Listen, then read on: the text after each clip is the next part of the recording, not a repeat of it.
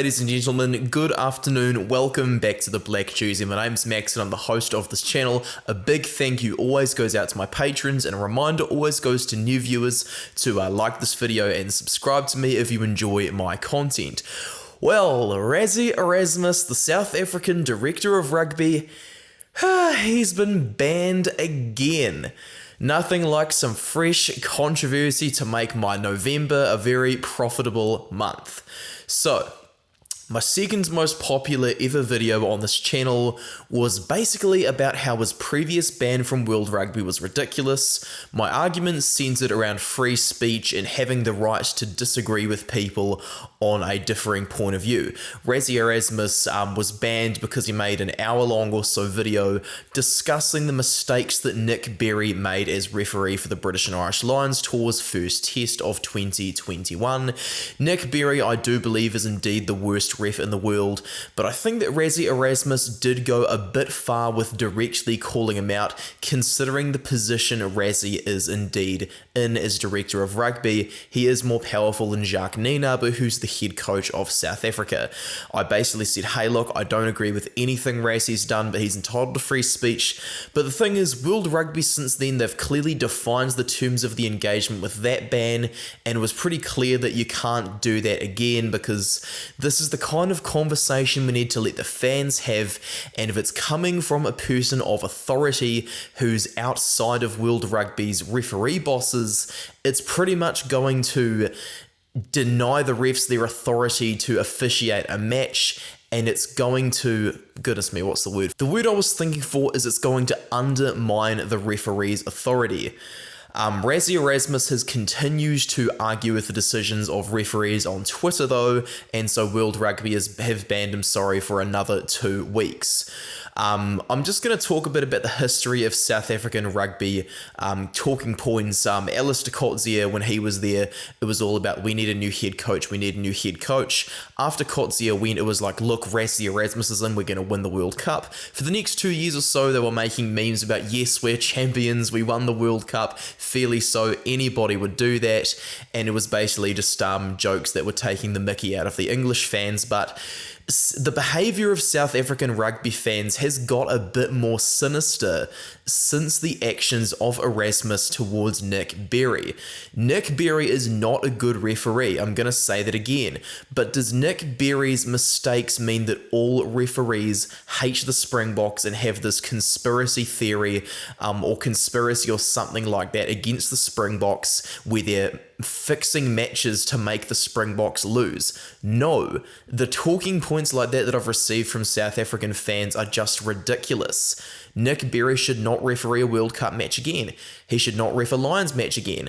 But do all the other referees who do their best to uphold the values of the game deserve that same treatment as a genuine howler of a match? No. My wife is a referee for basketball, and every time she comes home, she basically has something to say about a person who complains to her. Every single sport in New Zealand, I'm not even kidding, has a referee shortage. Like, I see Bay of Plenty Rugby talking about it. I see the Hawke's Bay Rugby Union talking about it. We need new refs. We have CEOs coming to put their boots back on and become referees themselves because of the shortage. My wife's trainer even comes out of retirement every now and again because of a ref shortage. And the disgraceful behaviour of certain supporters towards referees is definitely part of the blame towards it. Rassie Erasmus, I think, has indeed incited the hatred towards the referees by continuing to behave in this manner, which I never agreed with to begin with. And once you've violated something that clearly has rules around it, well then I don't believe in the argument of free speech anymore, because everything, including sports, needs law and order. Rassie Erasmus, on the 1st of October, he shares this tweet by a guy called Paul, and he says, "This one more sense than the sheep."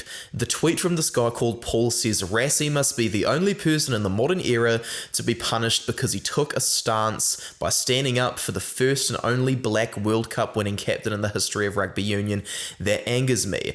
I don't see anything about Nick Berry and Sia Khaleesi's arguments that had anything to do with race, but this man called Paul, he says, "It frightens me that the feelings and perceptions of a white professional official in a position of power is considered and truly milked to the last drop. Sorry if my phone's in frame, I've just got the notes on my phone.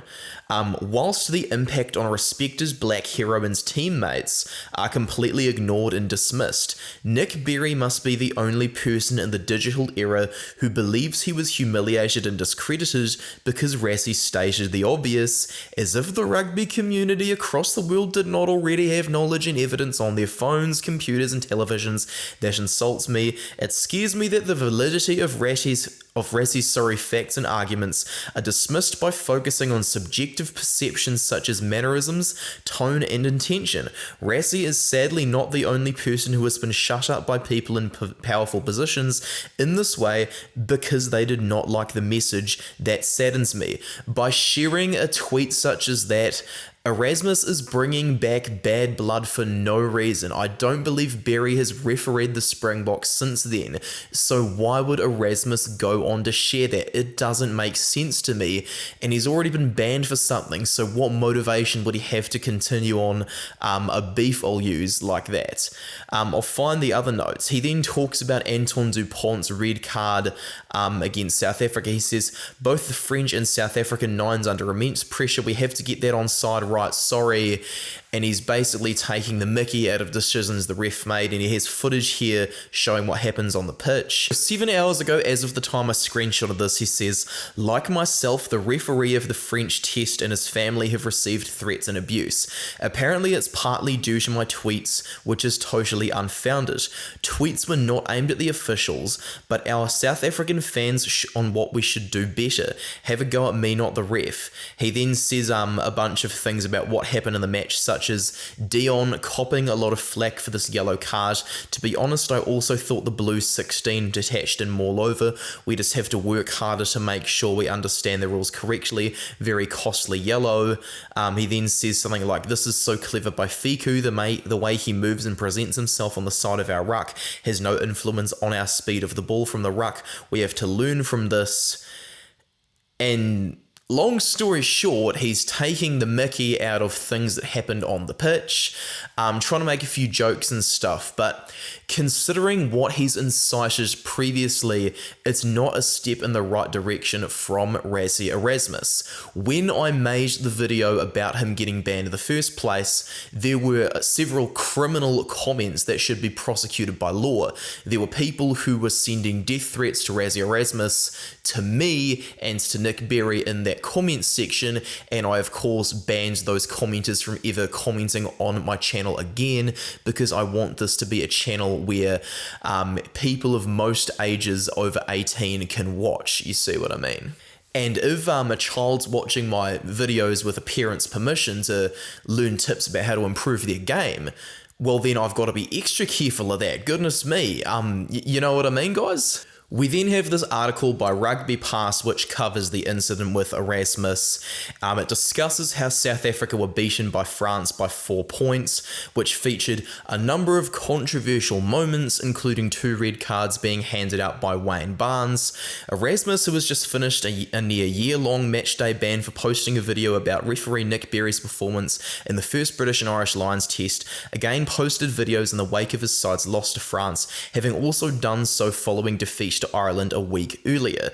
Today, Erasmus tweeted that accusations that his videos have led to death threats against Wayne Barnes are completely unfounded, but yet there's a lot of evidence to suggest otherwise, mate. What World Rugby had to say about Rassie was excellent, I think. They say that World Rugby has reviewed the recent social media posts by SA Director of Rugby, Rassie Erasmus, that relate to match officiating in the Autumn Nations Series. Match officials are the backbone of the sport, and without them, there is no game. Good stuff, World Rugby. World Rugby condemns any public criticism of match official selection, performance, or integrity, which undermines their role, the trust-based coach and match officials' feedback processes, and the values of integrity, respect, solidarity, and discipline that are at the heart of the sport. The behaviour of coaching staff and match officials are widely observed by fans, media, and participants at every level, and such behaviours are affect how the values are applied across the game.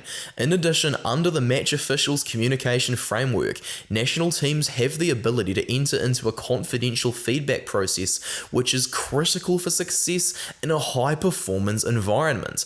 The success of these communications relies on direct and honest feedback, which is delivered and received in confidential ways.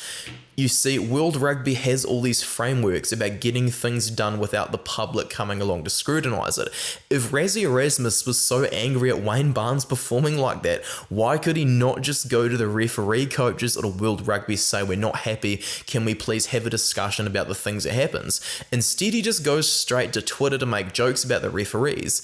And seriously, man, I get that the whole free speech thing was my argument the previous time, but law and order, I go back to that argument once again. And as World Rugby says, without the ref, there's no game, bro. Like, come on, man. All the behaviour from South African rugby fans towards referees that I'm talking about, it was never happening before Rassie Erasmus made that video about Nick Berry's mistakes, which I know were indeed mistakes. But again, why does it have to go public, man? There's even now a YouTube channel called TAS Not Analytics, because it's not an analytics channel. It's a South African rugby channel that basically just puts red circles on so-called mistakes that referees make. And I wasn't planning to ever comment about this channel publicly because I didn't want to give the channel any more attention than it already gets, because the views are going pretty crazy over on TAS Analytics. And it's like, no, there's no conspiracy by the referees to hate South African players and South African teams. Look, all the losses South Africa have had this year, the second test against Wales, that was lost because Jacques Nienaber put out a second choice team. He knew that Wales were a terrible team that would have no chance of making it out of the pool stage should they be in any other pool besides Pool D. You could probably apply the same logic to Australia, if I'm being totally honest.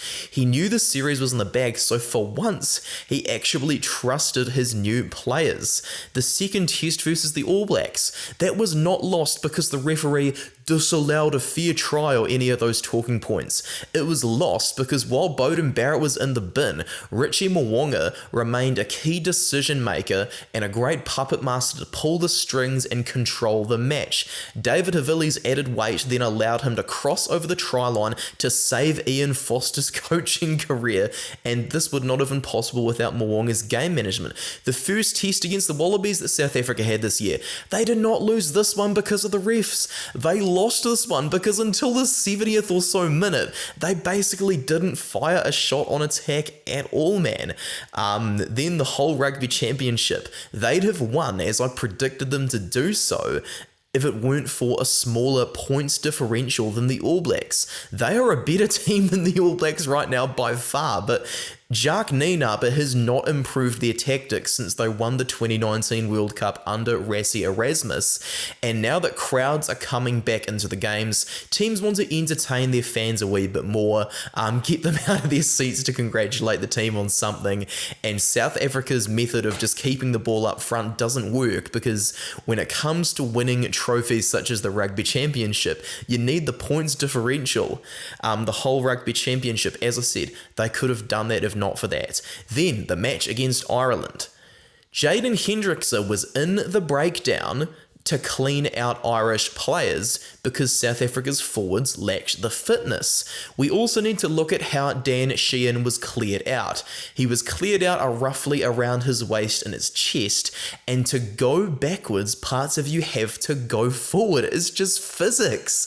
His knees and his legs went forward as the rest of his body was going backwards, and because Jaden Hendrickse was in the breakdown rather than outside it trying to collect the ball was completely left there by South Africa.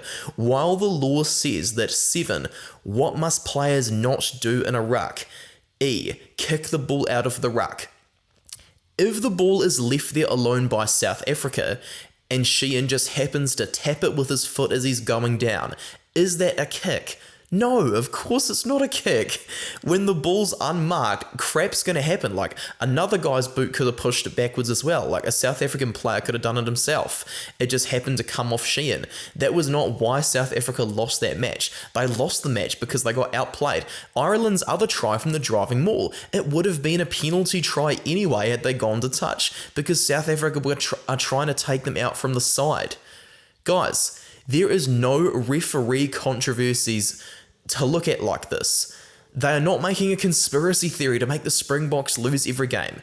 Cheslin Colby's wife, they are not match fixing, as she tries to say. Guys, we need to respect the officials, and we need to get together and condemn Rassie Erasmus for making an action that he's already been banned for before. I don't have any sympathy for repeat offenders. It's just how it works. Like, you can't use the same arguments over and over and over again, because what's the definition of insanity? It's doing the same thing over and over with expecting different results, as Albert Einstein would like to say. Rassie Erasmus should have had a longer ban, because the knock-on effects of fan behaviour towards referees, as I outlined earlier in the video, I've never seen anything like this.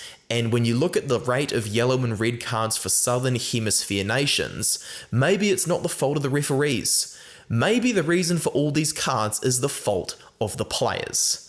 That's probably all I've got to say for this video, guys. If you enjoyed this video, make sure to like it and subscribe to me. You can also visit me over on Instagram for my All Blacks page over on there, and you can visit me on Twitter. Thank you once again to my patrons, but if you just want to make a one-off donation, I also have a PayPal tip jar.